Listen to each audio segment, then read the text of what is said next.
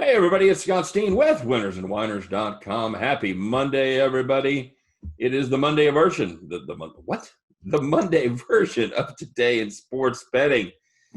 We're going to kick it off with a little preview of a game tonight. Perhaps you've heard of these two teams. They're two pretty good teams. It's the Kansas City Chiefs and the Baltimore Ravens. Scott, how'd your Sunday go? Did you make lots of money? I swept everything. Swept everything. It was a pretty good day. I can't say that I officially won everything because one of my parlays got reduced to a straight bet after the Eagles tied with the Bengals, which was how do I describe that game? Pathetic? No, I don't even know how to describe it. Now, awful. It was an awful game. It was not great. Awful teams, awful game, just awful. It was not great. I had two plays on that game. I had the Eagles on the money line with the Patriots money line. Patriots money line was a joke and a half. Raiders, short week, traveling to New England. Yeah, good luck with that. Played them tough for the first half. Made us sweat a little bit in the first half. Then it was no game there in the second half. Yeah, Carr had no answers for New England's defense, and that was kind of the end of that. But the Eagles game, I had the Eagles money line, which ended up canceling, and I also had Miles Sanders over 80.5 rushing yards, and he ended up breaking 90. So that worked out pretty well. Other than that, I had a WNBA play, which ended up cashing. I also had, overall just solid day. I'm looking forward to covering this Monday Night Football game, which should be a lot of fun to watch. I feel like I know who you're going to be rooting for in this game, but we'll see what happens. All right. Yeah, I had a decent day yesterday, too. The picks we did on the show, I was just counting this up before because I actually write those down. And we went 10-4. We had a couple of money line hits on the Bears at plus 157 and the Packers at plus 140. So yeah, the Bears one was never in doubt. You know what? Anytime it's Atlanta and they blow a lead, you kind of feel like it actually isn't that big of a deal because I'm not even listening to any of that from the guy that had the Philadelphia Cincinnati teaser. So well, that's just a fun joke. That was a fun joke. I'm aware of the rules. It's just a matter of do you want to tell people what you did, Scott? I'll admit it. It's fine. So on one account that I have, it's through credit, but simply put, I always try to find 1 3-pick NFL teaser for Sundays because I just find teasers to be a pretty solid way to find value in the NFL. And I found 2 picks, and I was trying to find a third one. And then I ended up settling on the Eagles. Now, at the time I got the Eagles, right, I did the cardinal sin. Was it a 6-point teaser? Yes. It was 6. Okay. Actually, well, 6 or 6.5. It was 6.5, I think. All right. 6.5 point teaser. Paid it all like plus 180. And I ended up taking the Eagles plus a half. So I crossed 0 to take the Eagles plus half like an idiot. I'm aware that it's a terrible thing to do. Why is it? Tell some of our viewers that may not know, Scott. Why is it a terrible thing to do? Why do you never want to cross? Why do you want to go through 0 on a teaser? Well, I used to know. Now I don't know because but actually, it's because you lose a point of value. Because if you end up with negative a half to plus a half, usually it doesn't mean anything. Because, for example, in basketball or any other sport, you can't tie. So either it's minus a half or plus a half. They need to win the game. Right. Now, the NFL, with their beautiful 10-minute overtime instead of 15-minute overtime, decided that ties were a pretty cool idea after 3 hours. And, I ended up winning a teaser on the Eagles plus a half because they tied. And that was a fun day for me. But, yeah, never do that. Don't try that at home. That's all I'm going to say. Look, you stupid NFL, either go to the college system where you start the ball on the 25 or – go till someone wins. Stop. Don't go the other direction. Don't shorten the overtime period to 10 minutes like you did. This is a tie is the most ridiculous thing ever. I think it's stupid. And I think if it's apologies to soccer. Sorry. If it's about safety, which is the reason why they reduced it, then why not just move it to the 25 and that way you don't have to go the length of the field. It'll take less plays to score. You can just do the college football overtime system and just work from there. Just put a man on second. That's what you should do. Just have the offense have 11 players and the defense have 10 players and then call it a day. Yeah. The offense gets to start with the guy in the end zone. It's like a power play. It's like a power play on offense. No, but Ties. It's been. Can we go 7-on-7 like hockey does, where they go 3-on-3? It's been my main gripe with the NFL for a long period of time, and why I'm still personally a bigger fan of college football. It's because something about the back of my mind just knows that after watching 3 hours and change, there could be a tie. And now I don't know what the odds were of a tie in 15-minute overtime. The odds of a tie in a 10-minute overtime definitely significantly higher. Except it hasn't changed. I don't think it's changed much. Anecdotally, I would say. I actually think it has. I think it has gone up a little bit. I don't think it's gone up as much, but either way, you're really going to play 3 hours, 3.5 hours, then just say, all right, cool, better luck next time. 0, yeah, it's tie. Okay, sure. I don't know. All right, so let's talk Cowboys, though. Cowboys still tied for the divisional lead at 1-2. NFC East. Good times. Oh, man. All right, so let's talk about this game tonight. It's I can't remember who it is. Who is it tonight? Yeah. The Chiefs and Ravens get together, arguably the two best teams in the AFC, best teams in the NFL. I don't know. Take your pick. It should be fun. A lot of people have been looking forward to this, like the way a lot of people were looking forward to the Chiefs-Rams a few years back. That turned into an absolute instant classic, and I think this one has the potential to do the same. And I know, Scott, that I've got a premium plan on this, so I'm not going to talk much about the size. I'll let you do that because I know you don't have any videos out there. But I'll tell you what I do like, and we talked about this a little bit. I think Baltimore's going to try to control the ball, but the problem is I think they're going to be able to move the ball at will against this Kansas City Chiefs defense. This is a defense that's not been great so far. They've been decent against two fairly bad teams. They put up a decent performance against the Texans and performed when they had to against the Chargers. Now, I know it sounds weird because they're 0-3. I still don't really know how awful the Texans are because their schedule has been absolutely brutal. So I can't fully tell how bad this team is. Are they good? Not really. But I think this team's like still an 8-18, maybe something like that. Kind of a murderer's row there, isn't it? As you face the Chiefs, the Ravens, and the Steelers in your first 3 weeks. Not fun. Not a fun time. I don't know who Bill O'Brien pissed off in the NFL office, but it was definitely somebody. But I'm saying it's a matter of you look at the Texans and go, oh, yeah, this, and this. Then you realize I don't know how many teams would be 0-3 right now if they had that schedule.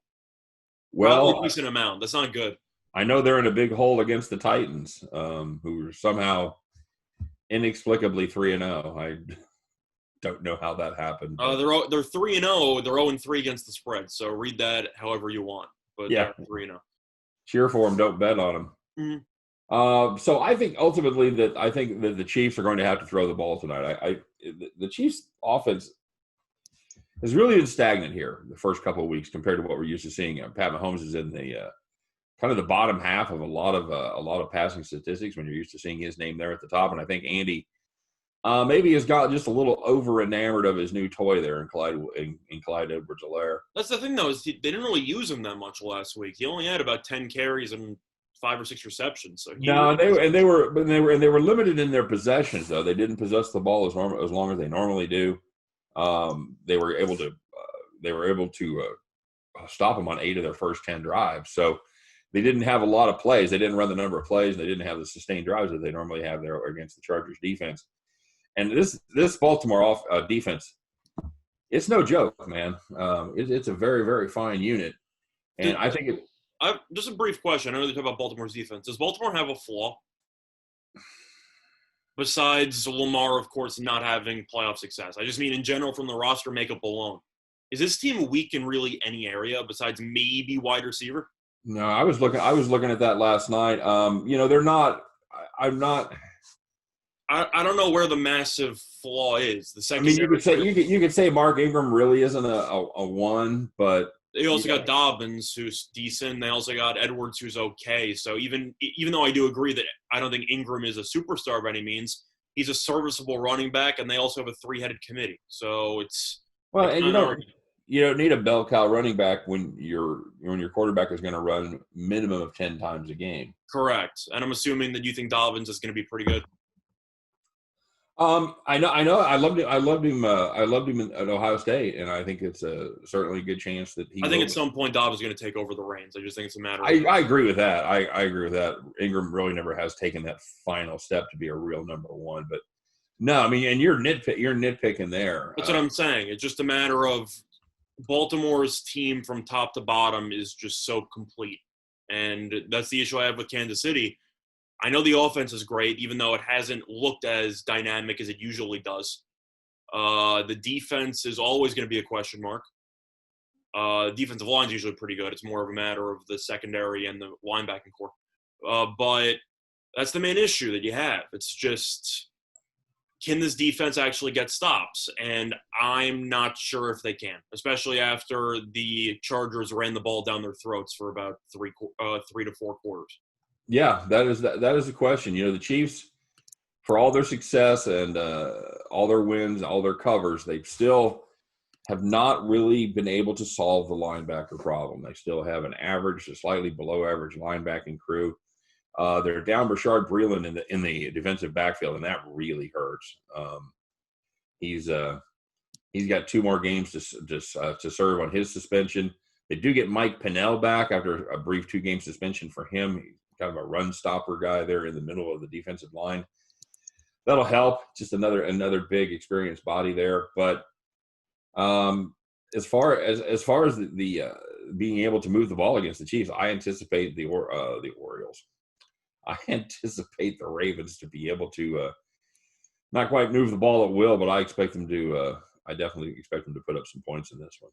Now, random question, but I feel like it's worth bringing up. Do you think that there is a potential revenge angle since the Chiefs ended up beating the Ravens last year? Or was that so long ago that you don't think that really matters? I think there's absolutely a revenge factor. That the Ravens had to sit and watch the Chiefs do all the things that they dreamed about doing all year. I absolutely. And I don't know how much it plays into the input to the gameplay itself. We talk about this, a lot of things that, you and I don't think really matter at the end of the day when it comes to motivation, because these guys are pretty motivated anyway. But yeah, I believe Harbaugh will be mentioning that. And I believe that the city will be talking about it. I believe the newspapers will be writing about it. And I think there is a little bit of revenge on the mind of the Baltimore Ravens. I can't really disagree with that. I think they're ready to exercise those demons that were brought on in that Tennessee game, man. I really do. This is a team. This is a defense for the Ravens. Gives up 305 yards a game. They don't give up a ton of passing. They don't give up a ton on the ground. They give up less than 100 on the ground. It's hard to see where the flaws in this unit is. It really is. I was going to say, because you'd be pretty hard to find them. I think we're gonna see points here, Scott. I think the Chiefs. And you have seen money coming on the over, which actually the money's coming on the under, Scott. It was 55 last night. It's actually come down to 54 and a half. I thought 54 last night, so I guess we were looking at different lines because wait a minute. It went up. You could be right. I did cap it at 54. My bad. It is going up from 54 to 54 and a half. Yeah. So money's coming on the over. You have Patrick Mahomes and Lamar Jackson. I don't think anybody's rushing to take the under. Do I think the under is immediately dead? No. I think Baltimore's going to try to control the clock. I'd lean over anyway because of just the quarterbacks involved in Kansas City's awful defense. I think even though Baltimore's defense is very good, I have to assume Mahomes can manufacture a way to get to 24 plus points. I'm just based on the offense alone and their big playability. I'm leaning Baltimore in this game, mostly just because of the fact that Baltimore is always really good at home. Kansas City has not looked as sharp as it has in the past. And I feel like the Chargers have laid out the blueprint that is the perfect strategy to beat Kansas City. Of course, they ended up losing the game in the end because Herbert threw that awful interception while they were driving into field goal range. But just control the clock, keep Mahomes off the field, run the ball, and you'll turn out to do pretty well. And if there's one thing that Baltimore excels at offensively, it's running the ball. So that's kind of how I'm looking at it. You have any thoughts? Yeah, I do. I think this is a Baltimore team that's going to impose its will on this Chiefs defense. I think the Chiefs are going to be chasing all night long. I think they're going to be forced to air the ball out. I do like the over quite a bit. I think that is the solid play. Obviously, Monday night over is kind of the square play. But I think, games go over, whether it's a square play or sharp play. If you're a smart sports bettor, you take a game, you analyze the game, you analyze the teams, the situations, the statistics, and you try to draw up a scenario in your head of what you think is going to happen in this game. And I don't come with a lot of scenarios that doesn't involve a ton of points. I got to be honest with you. This is a Chiefs team, and I was just looking back over, Scott. They put up 23 against the Chargers, and the last time they'd scored that few was in about a year ago. And they were awful for 3 quarters. They woke up in the fourth, but they couldn't do anything for 3 quarters. Yeah, they were dreadful. This is but you know what? That's what the nice part about having Andy Reid as a quarterback. You can look at those things and you can fix those. He'll fix those flaws. So I do expect that offense to be more efficient. I do expect more downfield shots tonight. I think they know that they're not going to be able to just contain this Baltimore offense like they were probably hoping to contain the Chargers offense last week, and did to a certain extent. Given just Chargers with a rookie quarterback as well, and they have to deal with Lamar Jackson. Well, obviously they didn't know they were going to face a rookie quarterback. No, I know. I'm just saying that Herbert made some mistakes in that game that allowed the Chiefs to come back, and I, of course, I have more faith in Lamar to make smarter decisions, etc., for the sake of these 60 minutes. I think you'll agree with that. Yeah, I agree. And I think it's going to be a game where Baltimore's able to move the ball fairly easily. I think it's going to be a situation where the Chiefs are going to be chasing them all night long. Do they catch them? Do they cover the number? No, that's. Do you think this game comes down to the wire? I think it has to, right?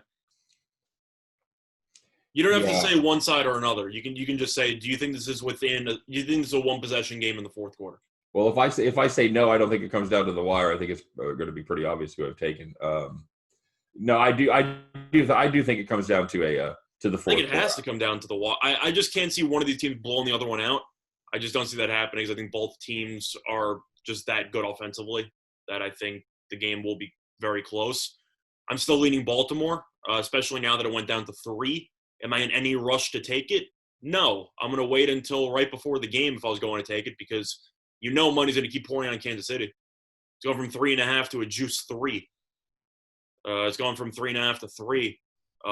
So, yeah, I think Kansas City as a dog is going to keep getting just pounded in terms of money, and I'll see if the line continues to move.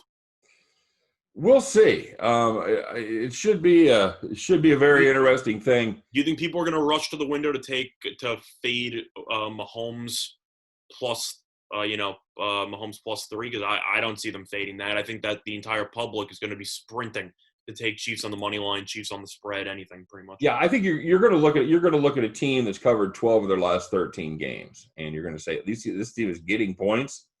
So I absolutely have to sign up for this team. So yeah, that's how I feel. It's possible. It's hard to push it off a 3. I wouldn't be surprised to see a juice 3 at the end of the day. Will it go to 2.5? I don't know. That takes a lot of money on a Monday night game to push it off a key number. Push it off the key number, by the way. Yeah. You think it'll get to 2.5, Scott? Do you think the 2.5 will be available at some point? No, probably not, because that would take a lot of money to move it off a key number.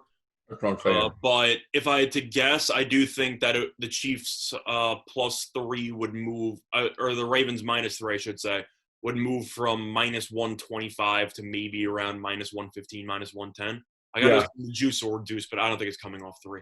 Okay, all right. So, I'm assuming we're in agreement on that. I agree. It just takes a ton of money to push a Monday night game, especially. Anyway, this isn't the most bet on game of the year, Scott. Anyway, it's not. I mean, up to this point, as the season goes up to this point, it's clearly going to be the most bet game. Besides maybe, I don't know, Chiefs Texans, because it was the first game of the year. Maybe, but I think the handle on this is going to be. I think it's going to be through the roof, especially since, as far as I know, I'm pretty sure the public did pretty well yesterday. Again. Yeah, it's been a favorite. It wasn't as great as the 14. No, it wasn't 15-0 like the week before, where the 14-1 because the Saints ended up losing on Monday. No, it was 15-0 going into Monday night. Yes, okay, yeah, it was 15-0 going into Monday. Yeah, It wasn't Right. that good, but it's a pretty good day for the public yesterday. So Right. you know, So my official plan on this, Scott, it is going to be the over 54.5. I would advise to get that. I don't see that number coming down. I think that'll probably climb up to around 55, 55 and a half. Yeah, because 54 is your key number there. I mentioned how nobody's going to be running to the window to lay it with the Ravens against Mahomes. I don't think anyone's running to the window to take Lamar and Mahomes under the posted total. No, 54, like I said, 54 is kind of a key number as far as totals go. Once you pushed off of 54, 56 is really the next number you have to look at. So there's some dead numbers there at 54.5, 55. I wouldn't be surprised to see this at 55, 55.5 before game time. Yeah, I agree. So I'm also going to lean to the over. Okay. I'm going to lean Baltimore. I'm mostly just going to kick back and enjoy it. It's one of these games that, don't get me wrong, you can enjoy betting on it because the game will be fun. I'm just going to watch it anyway. This game's going to be a lot of fun. Agreed. There'll be a lot of, and there will be a lot of square action out there. So I'm sure. Beware. All right. Well, enjoy the game, everybody. This is it's still hard to believe this team is ours after all the horrible years that the Chiefs put up with, and it's still fun to think that one of the, or if not the best team in the NFL is your hometown team. It's a very unusual feeling for us. It's Yankees fans know what it is, although they really haven't been that way in your lifetime, Scott. But they were in kind of. I'd say my memory actually, being solid because it wasn't when I was 3 years old. I've won one championship in about 20 years. So, Yay. Yeah, sure. I guess that counts for something. I don't want to bash your Yankees on the NFL show. That's what. You don't have to. It's fine. You can do whatever you want. It doesn't matter to me. It's all good. All right. And guys, if you're looking for a deep dive, if you're looking for the deepest dive in this game anywhere, make sure you check out winnersandwhiners.com. It is so deep. I say this every time, Scott. It is so deep. They actually have to have a table of contents. It checks out all the matches, all matchups, the four main matchups, of course: offense, defense, offense, special teams, intangibles, coaching, weather, everything. They touch on it. There is not a deeper dive anywhere on the internet. Check out winnersandwhiners.com Mondays and Thursdays, especially if you're interested in the NFL. I guess that's it. Don't forget to like. Don't forget to subscribe. Let us know what you're playing, man. Put it in the comment section. Let us know if you're on the over, or if you're going to go the other way and try to make that sharp play. Play a little under. Who do you like on the side? Maybe some prop action, because there will be a ton of props out there for this one. Whatever it is, drop in the comment section. We'll maybe give you a little recognition to all those people that are getting it right. That'd be kind of cool. Don't forget to like. Don't forget to subscribe. You know the drill. And mainly have fun for all of us, for all of us over here at Winners and Whiners, for myself, for Scott Reichel, for the whole team. We appreciate you stopping by and watching today in sports betting. Have fun. Go out there and make some money. And we will see you next time on Today in Sports Betting. Take care, everybody.